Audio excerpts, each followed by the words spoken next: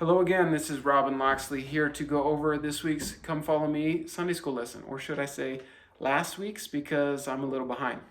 One of the things that I'm very excited about is the fact that last week we talked about Jesus cleansing the temple in a way that could be seen as aggressive. And this week we are getting a whole bunch of teachings on meekness in the Sermon on the Mount. So this week we're going over Matthew chapter 5 and Luke chapter 6.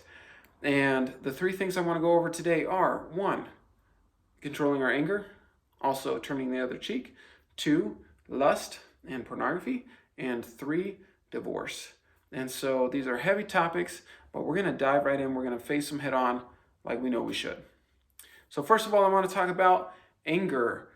Last week we did talk about how Jesus saw something he did not like at the temple, and he took the time to make a whip, and using the whip, he chased all the filthy and unrighteous activities out of the temple grounds, including turning over and knocking down the money changer tables, which seems to be aggressive. Let's go ahead and dive right into what Jesus says.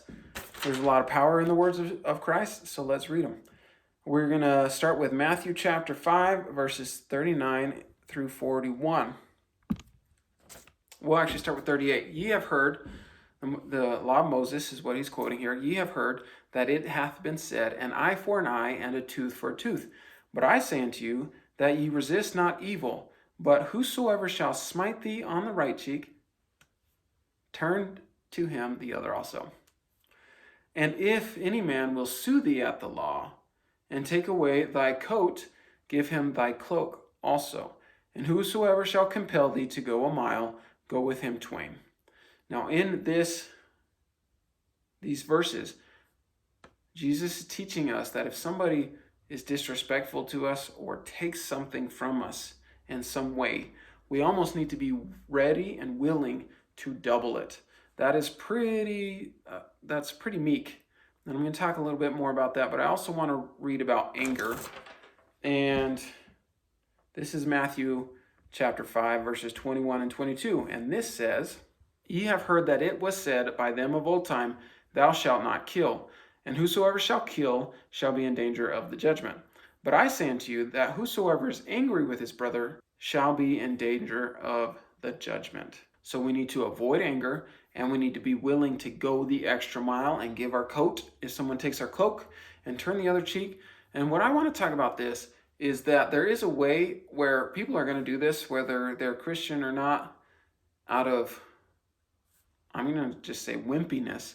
I remember when I was in middle school and I got bullied, and I ran from the situation, not because, well, part of it was because of this passivistic raising that I had, but even because of that, or for other reasons, I didn't have the courage to stand up for myself. And if I did have the courage to stand up for myself and I still acted in this way, then that's one thing. But I just ran because I was too afraid. So last week's invitation and encouragement for all of you men was to ask yourself, do you have the courage and the strength to stand up for yourself in the right times to do so?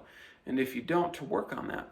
So there's a spectrum of emotional strength and courage and stuff like this. And I was here on this weekend, and not the weekend of the week, but I was on the weekend of the spectrum.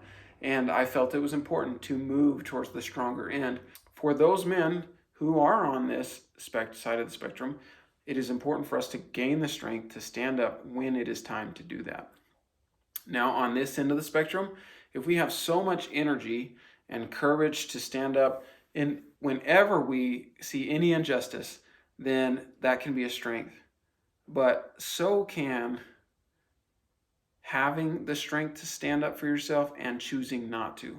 So that's what I want to point out, is that if we were to have the strength to defend ourselves, but are literally able to turn the other cheek when somebody hits us in the face, that is an incredible amount of strength and courage. And if somebody requires us to walk a mile and we offer to walk a second mile, we are giving our strength to a higher degree than what they initially tried to take from us. And so although we can read these verses and think wimpiness, what I see here is strength to be able to do the hard thing, to give to other people, even when they don't deserve it. And I think that's amazing. So let's get back to anger, though. If anger, we need energy to be angry, right? If somebody cuts you off or something else causes you anger, you feel this energy boil up in you. The problem is if you just let it spew out uncontrolled, then it actually becomes dangerous. And I want you to think about that for a minute. If you do not have control of your emotions, anything that lights your fire in anger will cause you to do things that could be damaging and hurtful. And especially think about the people that it is your responsibility to protect. Now remember, the three main jobs of a man is to provide, preside, and protect over his family. And if he can, to branch out this job for our communities also. But I want you to think about your wife and your kids in the car when you are swearing at the guy who just cut you off.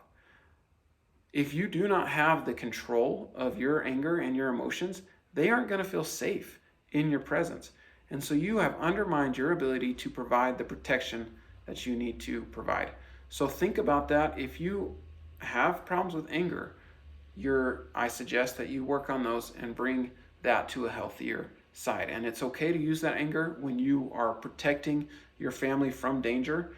But if you're angry at other people in the presence of your family, or even worse, if you're angry with your family, your wife or your kids, they are not going to come to you because they don't feel safe. And it will be impossible for you to provide the protection that you are called to provide for them. Okay, enough about anger. We're going to move on to the next big topic, and that is lust. In Matthew 5, verses 27 and 28, it says, "Ye have heard that it was said by them of old time, Thou shalt not commit adultery. But I say unto you that whosoever looketh on a woman to lust after her hath committed adultery with her already in his heart." That's pretty heavy. The punishment for adultery at that time could get you stoned. And Jesus is saying that lusting after a woman, and we're going to come back to the punishment for adultery. The punishment, if you're just lusting after her with your eyes, you're getting to that level in your heart. And this is a huge problem in our world today, especially with pornography. Pornography is easily accessible, and it is doing a lot of damage. I have heard the statistic that 80% of men have looked at pornography in the last month. So that means that statistically, 80% of men are looking at pornography at least once a month. Some once a week, some every day, some multiple times a day, and it is captivating. But this is very damaging to our masculinity. I will let you look up some more information on the detriments of pornography, but I want to share two things about the way I feel pornography undermines your ability to provide, preside, and protect for your family. The first is magnetism. I believe that the sexual energy that God has given us works like magnetism. You have your masculine and your femininity, and they are attracted to each other. And so part of a man can gain energy from connecting with the femininity or his wife. And as soon as you introduce a third entity into a relationship, which is pornography, that sexual energy that the man has and should be using towards women in his life, his wife, or if he's single, women to date and court in a righteous way so that they can possibly become his wife. If a man is letting his sexual energy go in the direction of pornography, then the magnetism can die. And the man loses his urge, his drive to be the kind of man he should be for his wife or to go out searching for a wife. Likewise, our sexual energy is like pressure, and pressure can be a strong force. That's how steam engines have worked until we moved to gasoline engines. Was boiling water caused pressure, and the pressure drove the machinery, and it was very, very powerful. The problem is that if you let that pressure go out, there's a leak somewhere, you're going to boil the water, and it's going to leak out, and you don't have the power to move the machinery like you want it to be moved. Similarly, if you've got this sexual energy which drives you to be a good man and to connect with your wife or to go searching for a wife, and we know that that's important because the family is central to the plan of salvation. But as soon as you start looking at pornography, it's like a leak in your pressure tank, and you lose the power to and motivation to do the things that you need to do. So I would encourage you to look at your sexual life. How are you doing with pornography? And you might say, "Oh, I don't look at pornography," but you might be lusting, and that is losing the energy throughout the day by lusting after the women that you see around you. So I'd encourage you to check yourself and pull back that sexual energy that God gave you and keep it so that you can use it in righteous ways to drive you towards the family that God wants you to have. Okay, last heavy topic is divorce. Let's read what the Lord has to say about that. Matthew 5, verses 31 and 32. He says, "It hath been said, whosoever shall put away his wife, let him give her a writing of divorcement. But I say unto you that whosoever shall put away his wife, saving for the cause of fornication, causeth her to commit adultery. And whosoever shall marry her that is divorced, committeth adultery." Now, a lot of church leaders nowadays will not uphold this last sentence. Whosoever shall marry her that is divorced committeth adultery. There's a lot more grace going on. This is something that Jesus said once, and we can take it in with the rest of his writings. But it is interesting to me that God chooses to liken divorcement to adultery, which, as we've already said in this video, permitted the penalty of death. With adultery came the consequence of a stoning, which often led to dying by stoning. That's pretty serious. I think Jesus, by using this seriousness, is teaching us the damaging effects of divorce, and we have to avoid them. So I want to, you might ask me, you might say, "Hey, Robin, you're divorced. How can you teach this?" And I will tell you from personal experience. I know how much divorce hurt me. I know how much it hurt my ex-wife, and I know how much it hurt my kids. It is my job to provide, preside, and protect.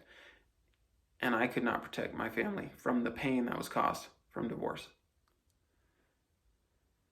Likewise, now I have my kids 50% of the time.